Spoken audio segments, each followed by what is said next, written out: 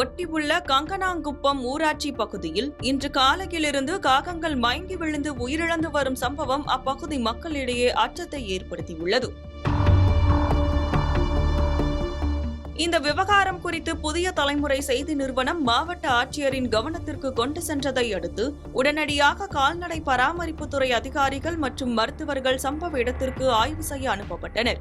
அங்கு உயிரிழந்த நிலையில் கண்டெடுக்கப்பட்ட காகங்களில் ஒரு சிலவற்றை மட்டும் ஆய்வுக்காக சேகரித்துள்ள அதிகாரிகள் எஞ்சிய காகங்களை உரிய பாதுகாப்புடன் மண் தோண்டி புதைக்க அறிவுறுத்தியுள்ளனர். சேகரிக்கப்பட்ட காகங்களின் உடல்கள் விரிவான பரிசோதனைக்காக நாமக்கல்லில் உள்ள ஆய்வகத்திற்கு அனுப்பப்பட உள்ளன. ஏற்கனவே சென்னை அடையார் பகுதியில் இதேபோல் காகங்கள் உயிரிழந்த போது அது பறவை காய்ச்சல் என ஆய்வில் தெரிய வந்தது குறிப்பிடத்தக்கது. அந்த அடிப்படையில் இங்கும் அத்தகைய பாதிப்புகள் ஏற்பட்டுள்ளதா என்ற சந்தேகத்தின் பேரில் விசாரணை மேற்கொள்ளப்பட்டு வருகிறது. இது குறித்து பொதுமக்கள் அச்சப்பட தேவையில்லை என்று தெரிவித்துள்ள கால்நடைத்துறை, அதே சமயம் அஜாக்கிரதையாக இருக்கக்கூடாது என்றும் வேண்டுகோள் விடுத்துள்ளது.